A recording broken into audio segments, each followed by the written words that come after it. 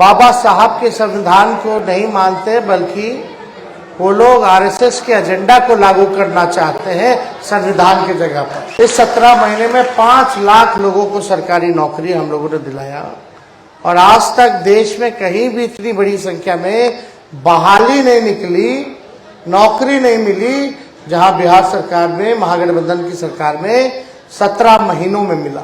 वहां गरीबों को नहीं देखा जाता, वहां केवल पूंजीपति को देखा जाता है, केवल पूंजीपतियों।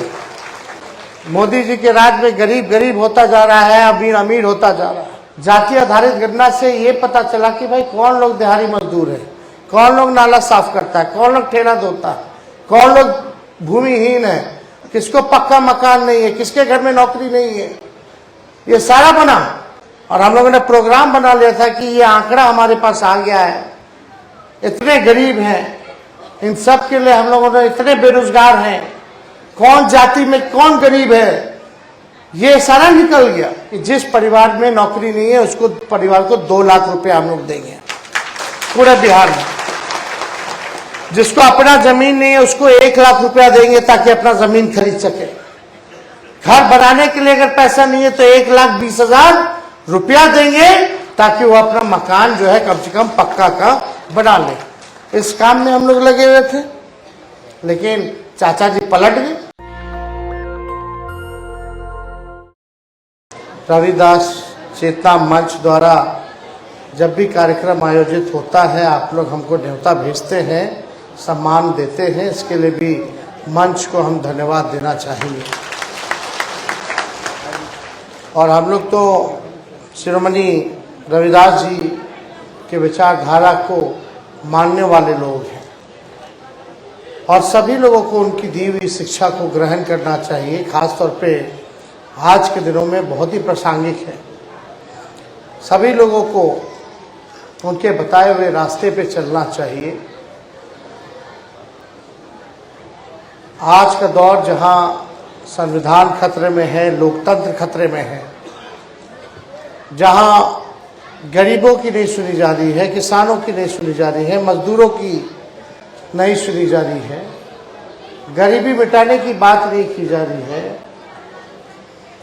लोगों को सामाजिक न्याय के साथ साथ आर्थिक न्याय कैसे मिले इस पर चर्चा नहीं की जा रही है, बल्कि लोग, सत्ता में बैठे हुए लोग आपस में भाई को भाई से लड़ा करके सत्ता में कैसे काबिज हो, लोग वही चाहे जो लोग सत्ता में बैठे कि हम सब आपस में लड़ते रहें, बंटते रहें और वो लोग राज करते रहें।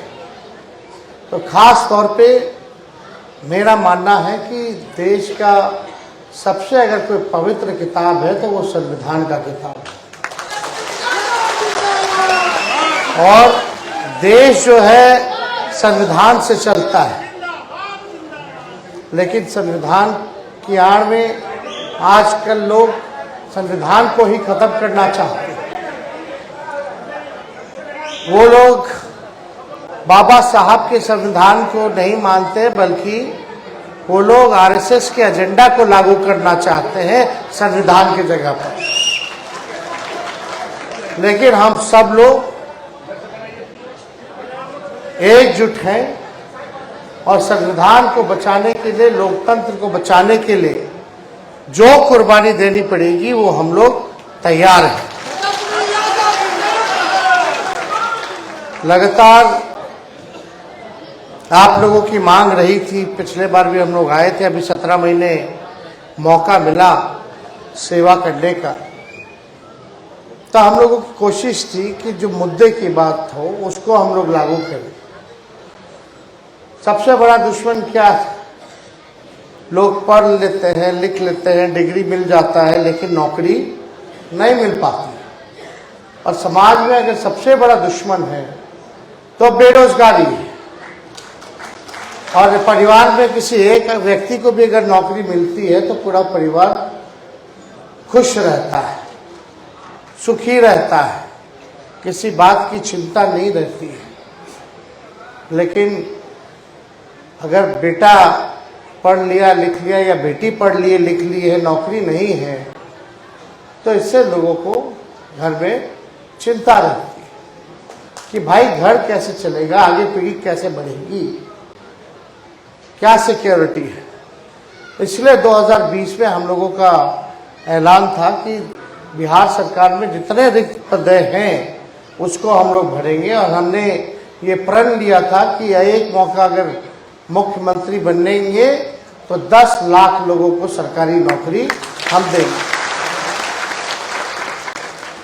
लेकिन हम लोग तो सरकार बना लिए थे 20 में, लेकिन बेईमानी से 10-12 सीट इधर उधर करके हम लोग 114-15 पे आए। 122 बहुमत चाहिए था, केवल 7 सीट ही हम लोग दूर रहे बेईमानी के वक्त, बेईमानी किया गया। लेकिन फिर भी हम लोग विपक्ष में आने के लिए तैयार रहे। लेकिन जब इन दिनों जो मौका मिला 17 महीने में काम करने का उप मुख्यमंत्री रहते हुए, तो हमारा जो नौकरी का एजेंडा था उसको हमने लागू कराया। इस 17 महीने में 5 लाख लोगों को सरकारी नौकरी हम लोगों ने दिलाया, और आज तक देश में कहीं भी इतनी बड़ी संख्या में बहाली नहीं निकली, नौकरी नहीं मिली, जहां बिहार सरकार में, महागठबंधन की सरकार में 17 महीनों में मिला। एक एक विभाग में 2-2 लाख से ज्यादा नौकरी। और अभी स्वास्थ्य विभाग का तो फाइल कर दिए थे 1,30,000 उसमें, लेकिन ये लोग निकाल नहीं रहे। फाइल किया हुआ है, पब्लिक हेल्थ कैडर बनाया हुआ है, लेकिन अभी ये लोग नहीं निकाल रहा। लेकिन निकाले ना निकाले, हम लोग आपकी लड़ाई लड़ने आए हैं। ये काम, नौकरी कोई नहीं रोक सकता जो हम लोग काम करके आए। ये अधिकार हम लोग लड़ करके आप लोगों को दिलाने का काम करेंगे। इसी मंच के माध्यम से आप लोगों ने बुलाया था, तो मांग थी कि भाई विकास मित्र हो, इन लोगों का कुछ कर दीजिए, कल्याण हो जाए। अभी श्री चंद्र राम जी बता रहे थे, चाहे तालमी मरकज हो, टोला सेवक हो, विकास मित्र हो, इनके जो है 25,000 जो है हम लोगों ने किया। तो सामाजिक न्याय के साथ साथ आर्थिक न्याय भी लोगों को मिला। और यही नहीं, बल्कि आशा दीदी का तो हम 2500 कर दिया 1000 से। वो अभी भी फाइल रोका हुआ जब स्वास्थ्य मंत्री थे, तो इनके मन में मनसा थी कि भाई भाजपा में भागना है, इसलिए ये लोग कैबिनेट नहीं लाने देते थे। अब शिक्षा मंत्री जी हैं यहाँ, ये तो समय नहीं है, पहले ही बोल करके सब लोगों को बता देना चाहिए क्या क्या हम लोग काम किए, कैसे लोग हम लोगों को नहीं करने देता था। लेकिन फिर भी हम लोगों की ताकत थी तो हम लोगों ने कराया। ये सारा काम जो हम लोगों ने किया, ममता हो, आशा हो, सब गरीब परिवार के, समाज के अंतिम प्रधान की महिलाएं हैं, इनको उनका हक मिलना चाहिए, अधिकार मिलना चाहिए। इसको लेकर के हमने भारत के भी स्वास्थ्य मंत्री को चिट्ठी लिखी। वो चिट्ठी अगर ट्विटर पे देखिएगा, फेसबुक पे दिखेगा तो आपको मिल जाएगा, क्योंकि ये फैसिलिटीज है और भारत सरकार का स्कीम आता है। लेकिन फिर भी हम 2500 कर दिए, और हमने ये मांग की है कि भाई आशा वर्कर लोग को आप जो है कुछ कीजिए, आर्थिक रूप से और मदद कीजिए। ये चिट्ठी मिलेगा, लेकिन भारत सरकार में ना कोई सुनने वाला है ना कोई देखने वाला है। वहां गरीबों को नहीं देखा जाता, वहां केवल पूंजीपति को देखा जाता है, केवल पूंजीपतियों। मोदी जी के राज में गरीब गरीब होता जा रहा है, अमीर अमीर होता जा रहा है। कहां कोई सुनवाई हो रहा है, कहां कोई कार्रवाई हो रहा है गरीब को लेके। किसान जो है वो मर रहा है, लेकिन प्रधानमंत्री जी के पास समय नहीं है कि उनसे मिल सके। हम लोगों ने जाति आधारित गणना कराया, कितना लाभ हुआ। जाति आधारित गणना से ये पता चला कि भाई कौन लोग दिहाड़ी मजदूर है, कौन लोग नाला साफ करता है, कौन लोग ठेला धोता है, कौन लोग भूमिहीन है, किसको पक्का मकान नहीं है, किसके घर में नौकरी नहीं है। ये सारा बना, और हम लोगों ने प्रोग्राम बना लिया था कि ये आंकड़ा हमारे पास आ गया है, इतने गरीब हैं, इन सब के लिए हम लोगों ने, इतने बेरोजगार हैं, कौन जाति में कौन गरीब है, ये सारा निकल गया। हम लोगों ने निर्णय लिया कि जिस परिवार में नौकरी नहीं है उसको परिवार को 2 लाख रुपए हम लोग देंगे पूरे बिहार में। जिसको अपना जमीन नहीं है उसको 1 लाख रुपया देंगे ताकि अपना जमीन खरीद सके। घर बनाने के लिए अगर पैसा नहीं है तो 1,20,000 रुपया देंगे ताकि वो अपना मकान जो है कम से कम पक्का का बना ले। इस काम में हम लोग लगे हुए थे, लेकिन चाचा जी पलट गए। अब क्या पलटे नहीं पलटे, जहां रहे खुश रहे। हम लोग क्या बुजुर्ग हो गए, अब क्या हम कोसेंगे। अच्छा थोड़ी लगता है इस उम्र का आदमी बुजुर्ग आदमी को कोसेगा, अच्छा थोड़ी लगता है। हम क्या कोसेंगे, जनता अपना हिसाब किताब करेगी। ये तो आप ही लोगों को ना हिसाब किताब करना है। तो हमको तो उनके प्रति ज्यादा कुछ हमको कहना नहीं है, लेकिन हम लोगों ने आरक्षण की भी सीमा बढ़ाई,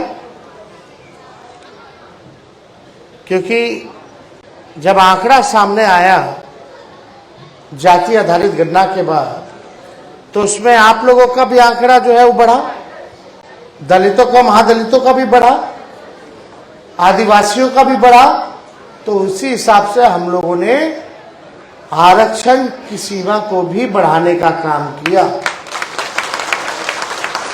और सब काम हम लोग कर रहे थे। लेकिन कोई बात नहीं, हम लोग सब लोग आपके साथ हैं और आपकी मांग को लेकर के हम लोग लड़ते रहेंगे। लेकिन आप सब लोगों को भी गोलबंद होने की जरूरत है, आप सब लोगों को भी एक रहने की जरूरत है। एक रहिएगा तभी लड़ाई जीतिएगा। और हम लोग चाहते हैं कि आप लोग मुख्य धारा में आए, आप लोग आगे बढ़े। और अभी जो आयोग बना था महादलित आयोग, उसमें भी हमने अध्यक्ष बनाया राजेंद्र राम जी को। इनको मौका मिला, अनुसूचित जनजाति के आयोग में इनको हम लोगों ने अध्यक्ष बनाया। तो ऐसा नहीं है, समाज में हम लोगों ने आप लोगों को ध्यान रखा है और ध्यान आगे देते रहेंगे।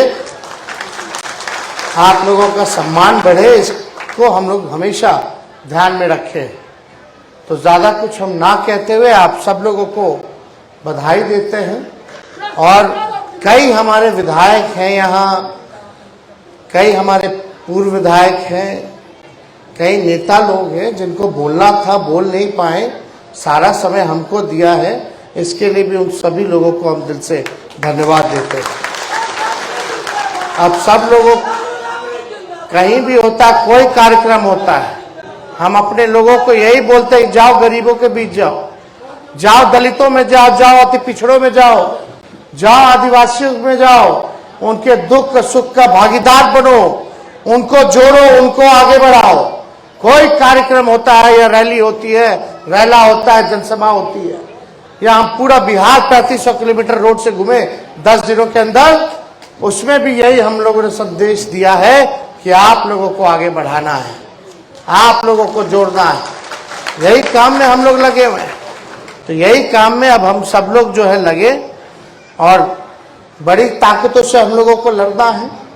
एक तरफ प्रधानमंत्री हैं, एक तरफ मुख्यमंत्री हैं, उनके साथ उनके अलायंस पार्टनर हैं, गठबंधन के लोग हैं। आप देखिएगा भारत सरकार तो है, बिहार सरकार भी है, उनके अधिकारी, इधर के अधिकारी एक बीजेपी मानसिकता के, मीडिया अलग है, पूंजीपति अलग है, सब आपके खिलाफ है। एक हम ही लोग हैं जो एक दूसरे का सहारा हैं। अगर हम लोग मजबूत रहेंगे तो इन सभी बड़ी से बड़ी ताकतों को हम लोग लड़ाई लड़ेंगे। सीबीआई ईडी इनकम टैक्स भी है, सीबीआई ईडी इनकम टैक्स, वो भी बीजेपी के साथ लड़ रहा है, मतलब बीजेपी के साथ होकर उन्हीं लोग का काम हो। तो सब लोगों से हम लोग लड़ रहे। तो आप बस इतना ही प्यार, भरोसा, विश्वास जताइए, अपने बेटे और भाई को आशीर्वाद दीजिए। चाहे कोई बड़ी से बड़ी ताकत आएगी, हम लोग लड़ेंगे और जीतेंगे। तो ज्यादा कुछ ना कहते हैं, आप सब लोगों का अभिनंदन करते हैं। अब पुनः हम श्री रविदास जी के चरणों पर श्रद्धा के सुमन चढ़ाते हुए अपनी बात को विराम देते हैं। नेशनल दस्तक की आपसे गुजारिश है कि अगर इसको बचाना चाहते हैं तो नेशनल दस्तक को सब्सक्राइब करने के लिए रेड कलर के सब्सक्राइब बटन को दबाएं, फिर बेल आइकन की घंटी दबाएं। नेशनल दस्तक को बचाने के लिए बहुत जरूरी है कि हर खबर को शेयर करें, लाइक करें, कमेंट जरूर करें।